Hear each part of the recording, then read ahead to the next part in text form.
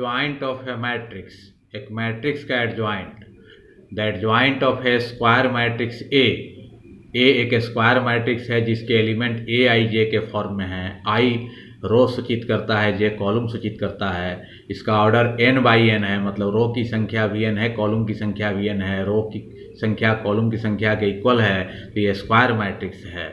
तो इस मैट्रिक्स का जो एडजॉइंट मैट्रिक्स होता है इज डिफाइंड एज, इस तरह परिभाषित होता है, the transpose of matrix capital A I J, इसके एलिमेंट हैं और इसका भी ऑर्डर वही है n by n, where capital A I J is the cofactor of the element small A I J.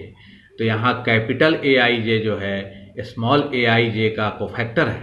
तो small A I J elements हैं इस मैट्रिक्स के, स्क्वायर मैट्रिक्स के, और इसी के ये capital A I J cofactors हैं। तो ये इनके कोफैक्टर्स से बना हुआ जो मैट्रिक्स है इसको कोफैक्टर मैट्रिक्स कहेंगे। और इस मैट्रिक्स का जो ट्रांसपोज मैट्रिक्स होगा, मतलब इसके रो को कॉलम में और कॉलम को रो में बदल दिया जाए, रो कॉलम अदला बदली कर दिया जाए, तो इसका ट्रांसपोज मैट्रिक्स जो बनेगा वही ए मैट्रिक्स का एडजॉइंट मैट्रिक्स कहलाता है। Adjoint of the matrix A is denoted by adjoint A. A matrix के एडजॉइंट मैट्रिक्स को ऐसे सूचित करते हैं, एडजॉइंट को ही संक्षेप में लिखा हुआ है ऐसे, इसको एडजॉइंट ऑफ मैट्रिक्स ए पढ़ेंगे तो ए मैट्रिक्स के एडजॉइंट मैट्रिक्स को ऐसे सूचित करते हैं। लेट ए, मान लिया कि ए मैट्रिक्स जो है ये 3/3 3 रोज हैं, 1 2 3 कॉलम्स हैं, तो इसका ऑर्डर 3/3 हो गया, तो n का वैल्यू 3 हो गया। तो ये एक स्क्वायर मैट्रिक्स है और सभी इसके एलिमेंट ए आई जे के फॉर्म में है। आई रो और जे कॉलम सूचित कर रहा है। A11 का मतलब कि ये फर्स्ट रो फर्स्ट कॉलम में है, A12 मतलब first row second column, first row third column, A21 मतलब second row first column, second row second column, second row third column, A31 मतलब third row first column, third row second column, third row third column.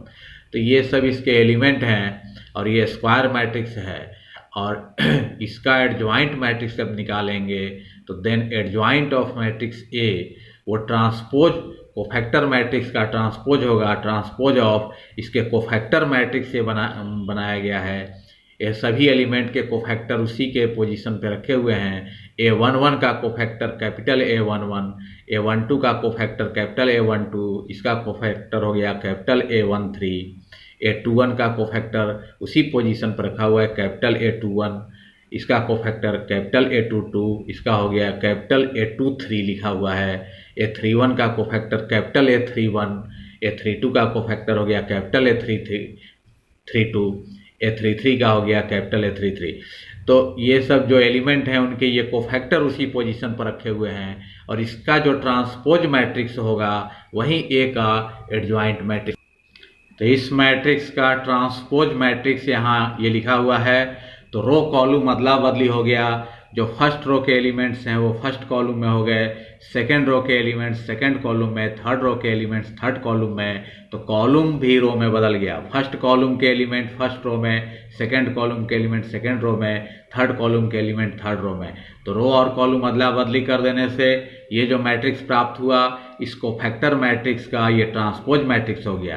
तो यही matrix जो है ए matrix का adjoint matrix हो गया, adjoint of matrix ए हो गया। तो ए मैट्रिक्स का एडजॉइंट मैट्रिक्स जो हुआ ए मैट्रिक्स के एलिमेंट के कोफैक्टर से बना हुआ जो कोफैक्टर मैट्रिक्स है उसी का यह ट्रांसपोज मैट्रिक्स हो गया। इसका एग्जाम्पल है, ये मान लिया ए जो है एक मैट्रिक्स है, स्क्वायर मैट्रिक्स है, इसमें 2 रो 2 कॉलम है, तो स्क्वायर मैट्रिक्स है। तो ये जो 2 एलिमेंट है इसके कोफैक्टर को लिखेंगे A11, मतलब ये फर्स्ट रो फर्स्ट कॉलम में है, फर्स्ट रो फर्स्ट कॉलम का ये कोफैक्टर हो गया। और ये निकालने के लिए पहले वहाँ का साइन लिखेंगे, तो -1 to the power i plus J, तो i भी 1 है, j भी 1 है, 1 + 1 हो गया। और फिर ये जिस रो में है उसको डिलीट कर दिया, जिस कॉलम में उसको डिलीट कर दिया, तो 5 बच गया, इसको डिटर्मिनेंट में लिख दिया।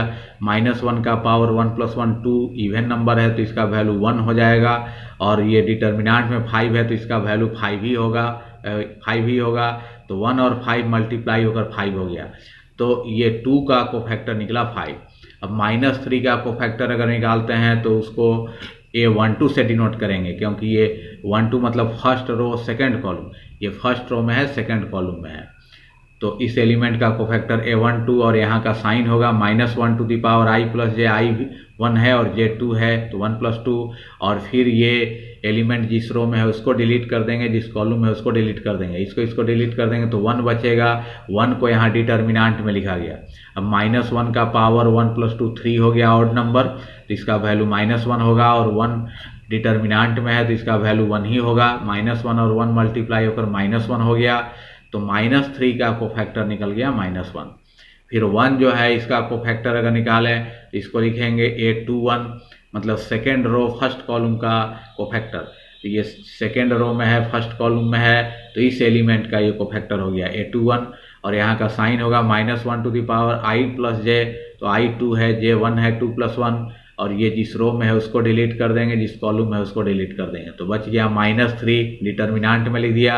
-1 टू द पावर यहाँ 3 ऑड नंबर है, इसका वैल्यू -1 होगा, और ये डिटर्मिनेंट में है -3 तो इसका वैल्यू -3 ही होगा। -1 -3 मल्टीप्लाई होकर 3 हो गया। इसके बाद ये 5 जो है इसका कोफैक्टर निकालेंगे तो उसको लिखेंगे A22, मतलब सेकेंड रो सेकेंड कॉलम का के एलिमेंट का कोफैक्टर है। ये 5 जो है सेकेंड रो में है, सेकेंड कॉलम का ये एलिमेंट है, उसका कोफैक्टर A22, और यहाँ का साइन होगा -1 to the power i plus J, तो 2 + 2, और ये 5 जिस रो में है उसको डिलीट कर दिया, जिस कॉलम में उसको डिलीट कर दिया, तो 2 बच गया, उसको डिटर्मिनेंट में लिख दिया। -1 to the power 4 even number है, इसका वैल्यू 1 हो गया, और 2 डिटर्मिनेंट में है तो इसका वैल्यू 2 हो गया, 1 × 2 2 हो गया। तो इस तरह से चारों एलिमेंट के कोफैक्टर निकल गए। अब एडजॉइंट ए का एडजॉइंट मैट्रिक्स जो होगा वो ट्रांसपोज ऑफ कोफैक्टर मैट्रिक्स, तो इसके कोफैक्टर से बना हुआ, तो यहाँ का कोफैक्टर A11, यहाँ का कोफैक्टर A12, यहाँ का हो गया A21 मतलब सेकेंड रो फर्स्ट कॉलम, और यहाँ का कोफैक्टर A22 लिखा गया, सब अपने पोजीशन पर लिखा गया। और इसका जब ट्रांसपोज करेंगे तो इस रो कॉलम में बदल जाएगा। फर्स्ट रो के कोफैक्टर फर्स्ट कॉलम में हो गए, सेकेंड रो के कोफैक्टर सेकेंड कॉलम में हो गए, तो रो कॉलम में बदल गया और कॉलम भी रो में बदल गया। फर्स्ट कॉलम फर्स्ट रो बन गया, सेकेंड कॉलम सेकेंड रो बन गया। तो ये कोफैक्टर मैट्रिक्स का ये ट्रांसपोज मैट्रिक्स हो गया। अब सबका वैल्यू यहाँ लिख देंगे। A11 का वैल्यू निकला है 5, यहाँ 5 लिख दिया। A12 का वैल्यू यहाँ निकला हुआ है -1, फिर A21 का वैल्यू निकला हुआ है 3, और A22 का वैल्यू यहाँ निकला हुआ है 2। तो ये जो मैट्रिक्स प्राप्त हुआ यही एडजॉइंट ए हो गया, मतलब ए मैट्रिक्स जो है उसका ये एडजॉइंट मैट्रिक्स प्राप्त हो गया। थ्योरम है, if A be any given square matrix of order n, यदि ए कोई दिया हुआ स्क्वायर मैट्रिक्स हो जिसका ऑर्डर n हो, then a into adjoint A is equal to adjoint A into A is equal to determinant A into I, where I is the identity matrix of order n, जहाँ I जो है identity matrix है और उसका order n है। तो A कोई दिया हुआ स्क्वायर मैट्रिक्स है और जिसका कि ऑर्डर n है, तो A में एडजॉइंट A से मल्टीप्लाई करें या एडजॉइंट A में A से मल्टीप्लाई करें तो ये प्राप्त होगा A का डिटर्मिनेंट वैल्यू इंटू I जहाँ आइडेंटिटी मैट्रिक्स है, A का भी ऑर्डर n है और I का भी ऑर्डर n है, दोनों का ऑर्डर सेम है। तो ये थ्योरम है। तो इसका वेरिफिकेशन यहाँ लिखा गया है, सत्यापन। लेट A, मान लिया कि A ये स्क्वायर मैट्रिक्स है और ये थर्ड ऑर्डर का स्क्वायर मैट्रिक्स है और इसके एलिमेंट्स Aij के फॉर्म में है। A11 मतलब first row first column, first row second column, first row third column, second row first column, second row second column, second row third column, third row first column, third row second column. A32 का मतलब A33 मतलब third row third column, सब अपने position पर लिखे हुए हैं। Then adjoint है, तो इसका एडजॉइंट जो होगा एडजॉइंट मैट्रिक्स, तो इनके कोफैक्टर मैट्रिक्स का ट्रांसपोज होगा, मतलब फर्स्ट रो के जो कोफैक्टर होंगे वो फर्स्ट कॉलम में लिखे जाएंगे। तो इसका कोफैक्टर कैपिटल A11, इसका cofactor capital A12 first column में लिखा गया, ये फर्स्ट रो में है। इसका कोफैक्टर कैपिटल A13 यहाँ लिखा गया, तो फर्स्ट रो के एलिमेंट्स के कोफैक्टर फर्स्ट कॉलम में लिखे गए। फिर सेकेंड रो के एलिमेंट के कोफैक्टर सेकेंड कॉलम में, इसका कोफैक्टर A21, इसका हो गया A22, इसका हो गया A23। तो सेकेंड रो के एलिमेंट के कोफैक्टर सेकेंड कॉलम में, थर्ड रो के एलिमेंट्स के कोफैक्टर थर्ड कॉलम में, इसका कोफैक्टर A31, इसका हो गया A32, इसका हो गया A33। तो थर्ड रो के एलिमेंट्स के कोफैक्टर थर्ड कॉलम में लिखे गए। तो ये कहलाएगा कि कोफैक्टर, इनके कोफैक्टर से बना हुआ जो मैट्रिक्स है उसका ये ट्रांसपोज मैट्रिक्स हो गया। फर्स्ट रो के एलिमेंट के कोफैक्टर को फर्स्ट रो में ना लिख के फर्स्ट कॉलम में लिखा गया, सेकेंड रो के एलिमेंट का सेकेंड कॉलम में, थर्ड रो के एलिमेंट का थर्ड कॉलम। तो कोफैक्टर मैट्रिक्स का ये ट्रांसपोज मैट्रिक्स है, तो यही ए का एडजॉइंट मैट्रिक्स हो गया। अब हमें प्रूव करना है A into adjoint A is equal to determinant A into I. तो A इंटू एडजॉइंट A लिखा गया, A मैट्रिक्स ये उतार दिया, एडजॉइंट मैट्रिक्स ये उतार दिया। और दोनों मैट्रिक्स जब मल्टीप्लाई करेंगे तो इसके रो से इसके कॉलम में मल्टीप्लाई होगा। तो first row first column multiply होगा, तो हम लोग देखते हैं कि ये फर्स्ट रो के एलिमेंट्स के ही ये कोफैक्टर हैं, फर्स्ट कॉलम में लिखे गए हैं। तो हम लोग पढ़ चुके हैं पहले कि किसी भी रो के एलिमेंट्स में उसी रो के कोफैक्टर मल्टीप्लाई करके अगर ऐड किया जाए तो डिटर्मिनांट का वैल्यू प्राप्त होता है। तो ये फर्स्ट रो के एलिमेंट हैं और ये भी फर्स्ट रो के ही कोफैक्टर हैं। तो मल्टीप्लाई, ये इसमें मल्टीप्लाई होगा, ये इसमें होगा, ये इसमें होगा और ऐड हो जाएगा, तो ये डिटर्मिनांट का वैल्यू प्राप्त होगा। तो लिख सकते हैं कि ये ए मैट्रिक्स का डिटर्मिनांट वैल्यू प्राप्त होगा। फिर ये जो है फर्स्ट रो सेकंड कॉलम जब मल्टीप्लाई करेंगे तो ये एलिमेंट हैं फर्स्ट रो के, और ये सेकंड कॉलम में जो कोफैक्टर हैं वो सेकंड रो वाले हैं, सेकंड रो के। तो फर्स्ट रो के एलिमेंट में जब सेकंड रो के ये सब सेकंड रो के जो एलिमेंट हैं उनके ये कोफैक्टर हैं, सेकंड रो के एलिमेंट हैं उनके ये कोफैक्टर। तो फर्स्ट रो के एलिमेंट में सेकंड रो के कोफैक्टर से मल्टीप्लाई करके ऐड करेंगे तो उसका वैल्यू 0 होगा। हम लोग पढ़ चुके हैं कि किसी भी रो के एलिमेंट में उसी रो के कोफैक्टर से मल्टीप्लाई करके ऐड करने से डिटर्मिनांट प्राप्त होता है, जबकि किसी भी रो के एलिमेंट में दूसरे रो के कोफैक्टर से मल्टीप्लाई करके ऐड किया जाए तो 0 होता है। फिर फर्स्ट रो थर्ड कॉलम जब मल्टीप्लाई करेंगे तो फर्स्ट रो के एलिमेंट्स हैं लेकिन ये कोफैक्टर थर्ड रो के हैं जो कि थर्ड कॉलम में लिखे गए हैं। तो इनमें जब मल्टीप्लाई करके ऐड करेंगे तो 0 आएगा।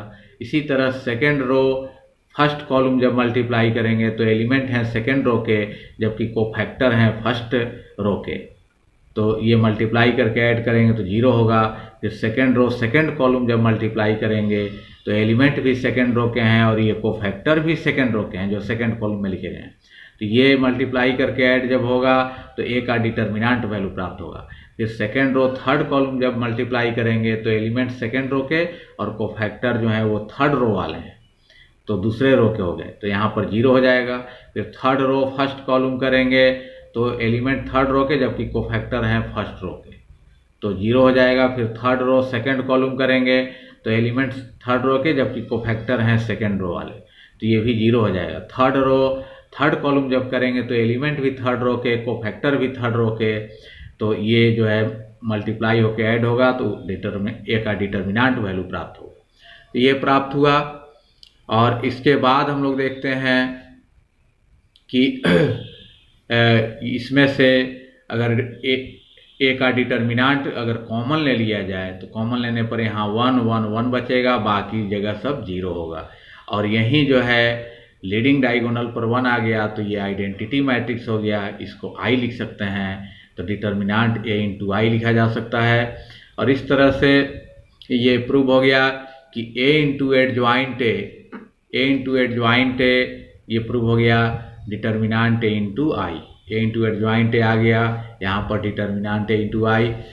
सिमिलरली लिख सकते हैं हम लोग, इसी प्रकार वी कैन प्रूव दैट, हम लोग सिद्ध कर सकते हैं कि एडजॉइंट ए इंटू ए, इसमें एडजॉइंट ए को आगे करके और ए को पीछे करके भी हम लोग इसी तरह मल्टीप्लाई करके प्रूव कर सकते हैं कि वो भी होगा डिटर्मिनांट ए इंटू आई। तो हेंस अतः ए इंटू एडजॉइंट ए या adjoint A into A is equal to determinant A into I, ये प्रूव हो गया।